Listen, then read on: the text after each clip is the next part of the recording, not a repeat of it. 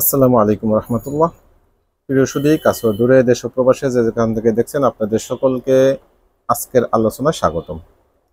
আজকে আমি সংবাদ মাধ্যমের স্বাধীনতা বা সাংবাদিকদের স্বাধীনতা এই বিষয়ের উপরে কিঞ্চিত আলোচনা করব এবং এর সাথে জুলাই অভ্যুত্থানের কিছু বিষয় আসতে পারে। তো অল্প সময় শেষ করে দেবো, আশা করি সাথেই থাকবেন এবং আপনারা আপনাদের মূল্যবান মতামত কমেন্টে জানাবেন। প্রিয় দর্শক, আপনাদের যদি কোনো প্রশ্ন থাকে সেই প্রশ্ন আপনারা কমেন্টে জানাতে পারবেন। আমি চেষ্টা করব আপনাদের প্রত্যেকটা প্রশ্নের যথাযথভাবে উত্তর দেওয়ার জন্য। তো আমরা বেশ কয়েকদিন যাবতই দেখতেছি এই সংবাদ মাধ্যমের স্বাধীনতা নিয়ে কথা আসছে। মূলত এনসিপি নেতা হাসানাত আবদুল্লাহ তার একটি হুমকি বা ধমকি বা তার একটি ভাষণ, সেটাকে কেন্দ্র করেই মূলত এই আলোচনার উৎপত্তি। তো এখন দেখা যাচ্ছে যে গত পরশুদিন দেখলাম যে সংবাদ মাধ্যমের কর্মীরা তারা প্রেস রিলিজ করেছেন। সেখানে তারা স্পষ্ট ভাষায় জানিয়েছেন যে এভাবে হুমকি ধমকি করা এটা স্বাধীন সংবাদ মাধ্যমের জন্য কোনোভাবেই কাম্য নয় এবং এটা স্বাধীন সংবাদ মাধ্যমের উপরে হস্তক্ষেপ। তো এই বিষয়টার উপরেই মূলত আজকের আমার আলোচনা সাজিয়েছি যে আসলে এই সংবাদপত্রের স্বাধীনতা, এই দায়টা কার?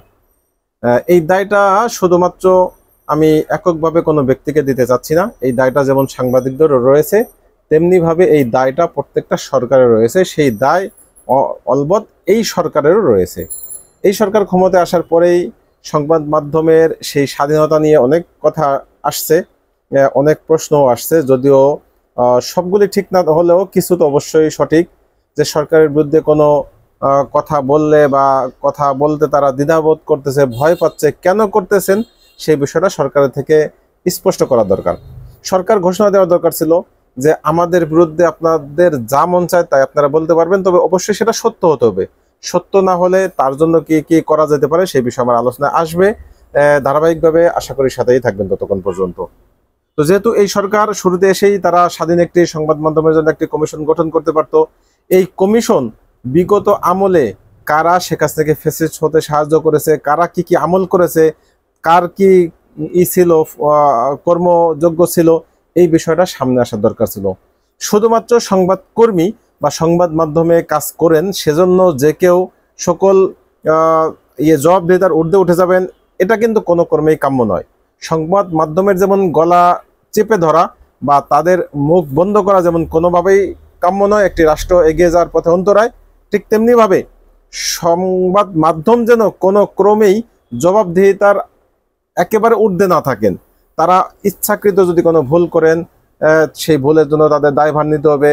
কারো চরিত্র কালি লেপন করতে চান, তার জন্য তাকে দায়বদ্ধ করতে হবে। এরকম বিভিন্ন কিছু থাকতে হবে, গাইডলাইন থাকতে হবে। সেই গাইডলাইন অনুযায়ী সংবাদকর্মীদেরকে একটা স্বাধীন, ফ্রি এবং ফেয়ারভাবে যেন তারা রিপোর্ট করতে পারে সেই সুযোগ তাদেরকে দিতে হবে। সেই রিপোর্ট সরকারের বিরুদ্ধে যাবে, সেটাই স্বাভাবিক। যেহেতু সরকার ক্ষমতা চালাচ্ছে, তাদের ভুল ভ্রান্তি নিয়ে সর্বদা সংবাদকর্মীদের উচিতই যে সরকারকে চ্যালেঞ্জ করা। যে কোনো বিষয় সরকার কোনো কাজ করতেছে, সেই কাজের যেই ভুলগুলি, সেই ভুলগুলি ধরেই সরকারকে চ্যালেঞ্জ করা, যাতে সরকার সেই ভুলগুলি শুধরিয়ে তারা সুন্দরভাবে একটি রাষ্ট্রকে বিনির্মাণ করতে পারে। সেজন্যই মূলত সংবাদকর্মীদের স্বাধীনতা দরকার।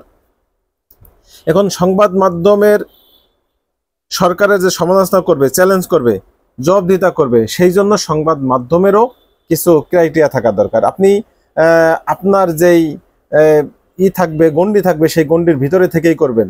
এখন আপনি যদি অসত্য তথ্য, বারংবার মিথ্যা তথ্য ছাপান, তাহলে সেটা কোনো ক্রমে কিন্তু আবার ক্ষমার অযোগ্য বিবেচনা করারও সুযোগ নেই। একটা হচ্ছে কখনো কখনো ভুল ক্রমে অনিচ্ছাকৃত আপনার কোনো ভুল হতে পারে। সংবাদ মাধ্যমের তারাও মানুষ, অনিচ্ছাকৃত ভুল তাদের হতেই পারে, কিন্তু ইচ্ছাকৃত বারবার ভুল সেটাও কিন্তু বোঝা যায়। আপনার অ্যাটিটিউড দেখে, অ্যাক্টিভিটি দেখে এটা একেবারে সহজেই অনুধাবন করা সম্ভব যে আপনার এই ঘটনাটা কি অনিচ্ছাকৃত নাকি ইচ্ছাকৃত ভুল। এই বিষয়টা এখন কিন্তু মানুষকে চোখে আঙ্গুল দিয়ে দেখানো লাগে না। বাংলাদেশের মানুষ যথেষ্ট সচেতন এবং তারা যথেষ্ট আপনাদের অ্যাক্টিভিটি সম্পর্কে তাদের ধারণা আছে।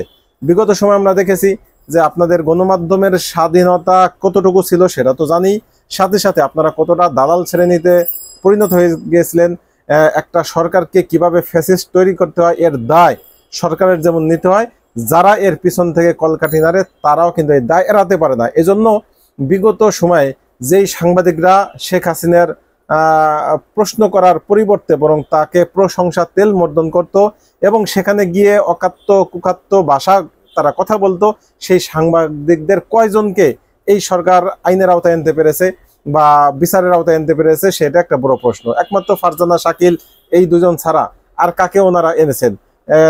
বহুত তো সাংবাদিক রয়েছে। আমি ছোট্ট করে জুলাইতেই একটি সাংবাদিক সম্মেলন হয়েছে, সেটা যদি আপনাদেরকে একটু দেখাই, আমার ইয়ে থেকে যদিও একটু চলে গেছে, আমি পুরোটা দেখাবো না, অল্প একটু দেখেই। তারাও শিখেছিল মানুষের জীবনে এখন যেটা অস্বস্তি ছিল, আজকে যখন আপনি অফিস খুলে দিয়েছেন, আমি পথে ছিলাম, আমি মানুষের প্রতি উদ্বেগ ছিল, কিন্তু মানুষের মধ্যে উল্লাস আসছে, তারা অফিস করতে চাচ্ছে, তারা কাজ করতে চাচ্ছে এবং তারা আপনার অর্জনগুলোকে তারা টার্গেট করেছে। মেট্রো রেল, ব্রিজ, আপনার যে অর্জনগুলো, এক্সপ্রেসওয়ে, আপনি দেখেন তার পাশের বিল্ডিংটা ভাঙে নেয়, এই বিল্ডিংটা ভেঙেছে। ফলে টার্গেট ছিল একেবারে সুপরিকল্পিত। এই ছাত্রদের আন্দোলনকে পুঁজি করে এটা করেছে। রাষ্ট্রের 3টি স্তম্ভকে অকেজো করে 4র্থ স্তম্ভ গণমাধ্যমকে অকেজো করতে হবে। তার মানে হচ্ছে পুরো বিষয়টা যদি নাকশেলে বলি, তাদের পুরো টার্গেট ছিল রাষ্ট্রকে অকেজো প্রমাণ করা। গোটা আন্দোলনকে ঢাল হিসেবে ব্যবহার করে 71, 75 এবং 111-এর সকল কুচক্রীরা এক হয়ে যখন বাংলাদেশকে ধ্বংসের এক মহাযজ্ঞে নেমেছিল, মূলত জামাত, শিবির ও অন্যান্য ইসলামী জঙ্গি, বিএনপি এবং আমাদের এক এগারের কুশীলতা, এরা কিন্তু সাংবাদিক, সেটা কিন্তু এখন ফুটেজ দেখলেই স্পষ্ট। এরা সরকারকে কোথায় প্রশ্ন করবে, কেন আন্দোলনটা হচ্ছে, কেন আপনারা আলোচনা করতেছেন না, সমাধান করতেছেন না বা যৌক্তিক দাবি মানতেছেন না, এই ধরনের কোনো প্রশ্ন নেই। সরকারের ব্যর্থতার কোনো প্রশ্ন তাদের ভিতরে নেই, বরং তারা সবসময় তেল মর্দন এবং সরকারকে কিভাবে উপরে রাখা যায়, কিভাবে সরকারকে সাপোর্ট দেওয়া যায়, আরো জালেম হওয়ার জন্য কিভাবে যা যা করার তাই তারা করেছেন। দেখেন একটু আমি কন্টিনিউ করি। ভবিষ্যতে এই ধরনের ঘটনা নেক্সট টাইম এই ধরনের ষড়যন্ত্র মোকাবেলা করার জন্য আমার মনে হয় আমাদের আত্মসমালোচনা এবং কিন্তু মূল্যায়ন করা, মানুষের বিশ্বাস এবং আস্থা। যে কোনো সংকটে, যে কোনো সমস্যায় সবাই মনে করেন এই সংকট এবং সেই সমস্যা থেকে উত্তরণের জন্য আপনার কাছে যেতে হবে এবং উপায় আপনি দেবেন। মাননীয় প্রধানমন্ত্রী, আপনি বঙ্গবন্ধু কন্যা, আপনার সাহস এবং আপনার আত্মবিশ্বাস বাঙালিকে নানান সংকট থেকে বারবার সংকটের উত্তরণে সহায়তা করেছে।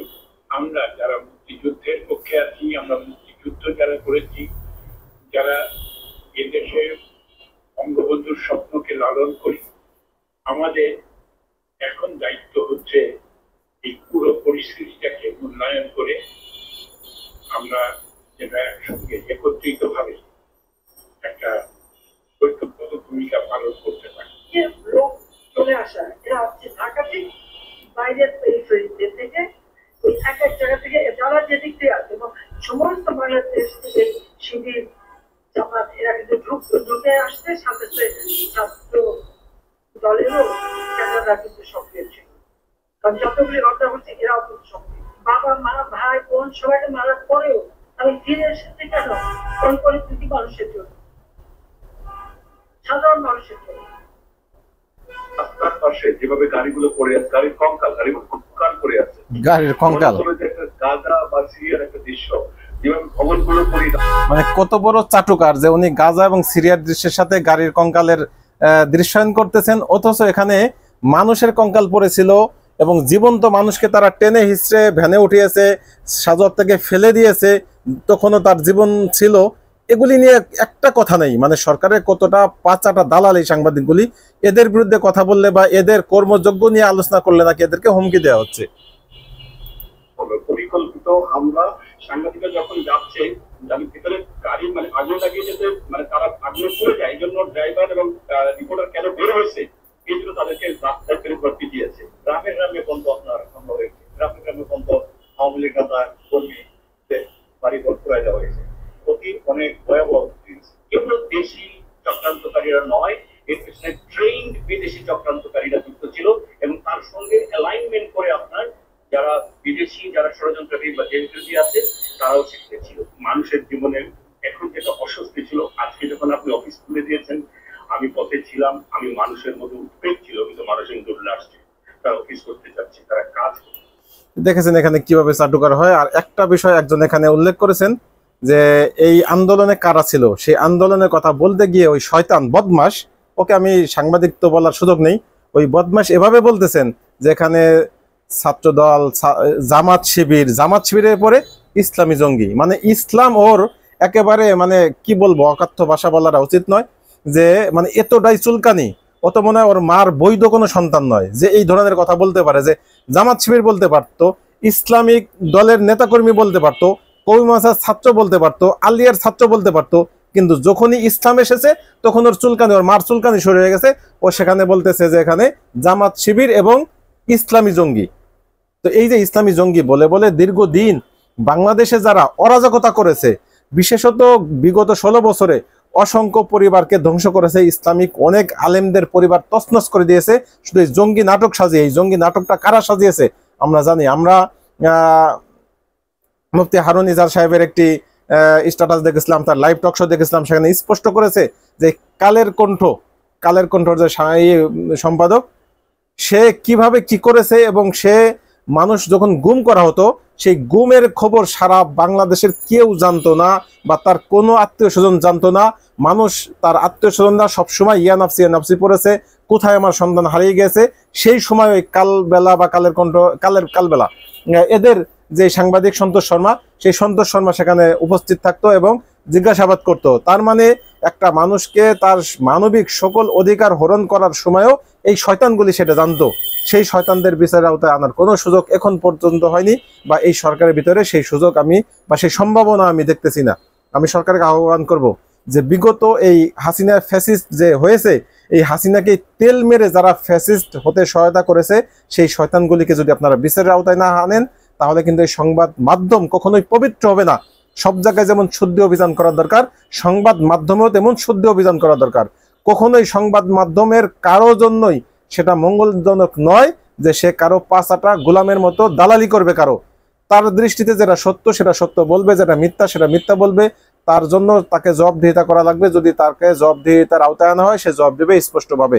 কিন্তু এভাবে সরকারের দালালি করা, সরকারের চাটুকারিতা করা এবং জনগণের বিপক্ষে দাঁড়ানো, যাদের কাছে মানুষের জীবনের কোনো মূল্য ছিল না, শাহজাহান বা গাড়ি যেগুলি ভেঙেছিল সেগুলিকে কঙ্কাল বলে সেগুলিকে তারা সিরিয়া এবং ইয়ের সাথে তুলনা করেছে, গাজার সাথে তুলনা করতেছে।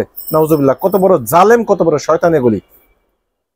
সর্বশেষ আরেকটা বিষয় আমি আনতে চাচ্ছি, সেটা হচ্ছে আপনারা যে সংবাদ মাধ্যমের স্বাধীনতা চান, এটা বিএনপিও চাচ্ছে। বিএনপির মির্জা ফখরুল নিয়মিতই বলে আসতেছেন যে আমরা সংবাদ মাধ্যমের স্বাধীনতা চাই।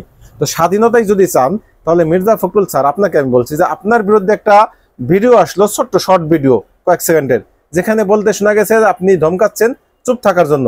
এটা স্বাভাবিক। এরপরে যখন তাদের পরিচয় দেওয়া হলো যে ওরা সাংবাদিক, তখন আপনি বললেন সাংবাদিক হয়েছে তাই কি হয়েছে। এই যে কথাটা, এইটা কিন্তু আমার মনে হয় না এখানে খুব বেশি আপনার অপরাধ। আমি কিন্তু আপনার এই ঘটনায় খুব বেশি অপরাধ আমি দেখছি না, কারণ আপনি সেখানে প্রধান অতিথি থাকলে আপনি আপনার আলোচনার সময় সকলকে চুপ থাকতে বলবেন, এটা স্বাভাবিক। ধমকিটা কতটুকু যায় সেটা ভিন্ন বিষয়, ভিন্ন আলোচনা, কিন্তু সকলের চুপ থাকাটা এটাই ছিল ভদ্রতা। চুপ থাকেনি, তারা অভদ্র আচরণ করেছে এবং সেই সময় আপনি ধমক দিয়েছেন। সেই ভিডিও ক্লিপটি ভাইরাল হয়েছে, তারপরে সেই ভিডিওটি আমি শেয়ার দিয়েছিলাম, কিন্তু সেই ভিডিওটা কেন নাই?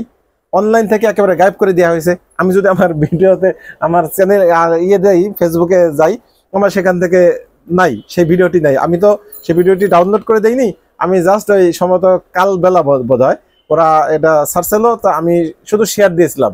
এখন সেই নিউজটাই একেবারে গায়েব। এটা কি স্বাধীনতার লক্ষণ? এটা কি সংবাদ মাধ্যমের স্বাধীনতা? এটা তো বরং আপনার জিজ্ঞাসা করা দরকার যে এই সংবাদটা কে বা কারা বা কার চাপের কারণে এটা আপনারা করলেন, উইথড্র করলেন। এই দায়টা কার বলেন? এটা তো বিএনপির দায়। বিএনপি কেন এটা জিজ্ঞেস করছে না? এবং বিএনপির অবশ্যই আপনি হয়তো জানেন না, কিন্তু আপনার নেতা কর্মীরা তাদের চাপের কারণেই মূলত এই ভিডিওটা সরিয়েছে। এটা যদি আমরা ধরে নেই, তাহলে কি খুব বেশি মিথ্যা ধরবো আমরা বা খুব ভুল বুঝবো আমরা? আমার তো মনে হয় এমন কিছু যে বিএনপির পক্ষ থেকে চাপের কারণে অথবা তাদের ভয়ের আশঙ্কার কারণে মূলত তারা এই ভিডিওটি সরিয়েছেন। যেহেতু তারা ভিডিওটি দিয়েছেন এবং ভিডিওটা যেহেতু ভিডিও, এখানে বানোয়াট কিছু না, এখানে অনিচ্ছাকৃত ভুলের সুযোগ নেই, তারা ইচ্ছাকৃতই দিয়েছেন। এই ভিডিওটা নাই, তার মানে তারা কারো মাধ্যমেই তারা স্বাধীন না। বিএনপির থেকেও তারা প্রতিনিয়ত হুমকি পাচ্ছেন, এনসিপির নেতাদের থেকে যেটাকে আপনারা হুমকি মনে করছেন তো হুমকি, আর বিএনপির থেকেও আমরা দেখতেছি হুমকি আসতেছে। যদিও বিএনপির সিনিয়র সাংবাদিক, তার ভিতরে ফিরোজ সাহেব আছেন একজন, আরো বেশ কিছু আছেন, তারা প্রতিনিয়ত বলতেছেন যে সংবাদ মাধ্যমের স্বাধীনতাটা জরুরি। এমনকি মির্জা ফখরুল ইসলাম আলমগীর, রুহুল কবির রিজভী স্যার সহ বিএনপির নেতৃস্থানীয় সকলেই কিন্তু এই সংবাদ মাধ্যমের স্বাধীনতা চাচ্ছেন। তো এটাই কি স্বাধীনতা যে আপনার বিরুদ্ধে নিউজ হলে সেটা হাওয়া হয়ে যাবে?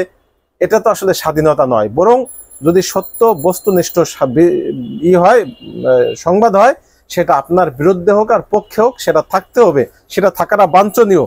আর যদি ভুল করবে অনিচ্ছাকৃত কোনো মিথ্যা নিউজ কেউ পাবলিক করে প্রচার করে, তাহলে সে এসে সরি বলবে যে আমরা এই নিউজটা মিথ্যা ছিল, ভুল ছিল, আমরা গুজব ছিল, আমরা যেই সূত্রে এনেছিলাম সেই সূত্রটা যথাযথ ছিল না, আমাদের ভুল হয়েছে, আমরা সরি। কিন্তু একটা নিউজ দিবে, সেই নিউজটা সেখান থেকে হাইড করে দিবে বা অনলি ফর মি করে দিবে, এটা কিন্তু সংবাদ মাধ্যমকে হালকা করে দিচ্ছে, তাদের ভাবমূর্তি আরো ক্ষুণ্ণ করতেছে। অতএব আমি সার্বিকভাবে বলবো, সরকারের যেমন ভূমিকা আছে, সংবাদ কর্মীদেরও ভূমিকা আছে। সরকার বিগত এই 16 বছরে যেভাবে আওয়ামী লীগকে দায় দিচ্ছেন, আওয়ামী লীগের বিচার করতে চাচ্ছেন। আজকে আর একটি নিউজ দেখলাম, ফখরুল স্যার বলেছেন, যমুনা টিভিতে এসেছে সম্ভবত, যে তিনি বলেছেন যে শুধু শেখ হাসিনার বিচার নয়, বরং ফ্যাসিস্ট হওয়ার জন্য আওয়ামী লীগেরও বিচার করা দরকার। এটা আমরা সেই 5ই আগস্টের পর থেকেই বলে আসতেছি যে দলীয়ভাবে আওয়ামী লীগকে বিচারের আওতায় আনতে হবে। কারণ কোনো একটা ঘটনাই কিন্তু এককভাবে হাসিনা একা করে নাই, পুরা দলগতভাবে সিদ্ধান্ত হয়েছে, দলীয় ফোরামে সিদ্ধান্ত হয়েছে এবং দলীয় ফোরামেই সেটা বাস্তবায়ন করা হয়েছে। আপনি মাঠে ময়দানে ছাত্রলীগ বলেন বা অন্য যে কোনো দলের লোকদেরকে বলেন, তারা কিন্তু আপনার সেখানে এসেছে মূলত দলীয়ভাবে, এমন না যে তারা ব্যক্তিগতভাবে কোনো উদ্যোগ নিয়েছে বা তারা ব্যক্তিগতভাবে কেউ কাজ করেছে, বরং দলীয় ফোরামে অপরাধগুলি হওয়ার কারণে আওয়ামী লীগ দলীয়ভাবে তাদের বিচার করা দরকার। শেখ হাসিনাকে দলীয়ভাবে তাকে যেমন বিচার হবে, দলীয়ভাবে আওয়ামী লীগকেও বিচার করতে হবে। সাথে সাথে এই আওয়ামী লীগকে, এই হাসিনাকে ফ্যাসিস্ট হওয়ার জন্য যেই সাংবাদিকরা দায়ী ছিল তাদেরকেও বিচারের আওতায় আনতে হবে এবং সাংবাদিকদের স্বাধীনতার জন্য একটি গাইডলাইন থাকতে হবে। প্রয়োজনে একটি স্বাধীন কমিশন করুন, সেখানে সাংবাদিকদেরই অন্তর্ভুক্তি থাকবে এবং তারা সেখানে গিয়ে একটা গাইডলাইন তৈরি করবেন যে এই গাইডলাইন ফলো করে তারা সংবাদ প্রচার করবেন, প্রকাশ করবেন এবং সেভাবেই তারা চলবেন। আজকের মধ্যে পর্যন্ত ভালো থাকবেন। আল্লাহ হাফেজ। আসসালামু আলাইকুম রহমতুল্লাহ।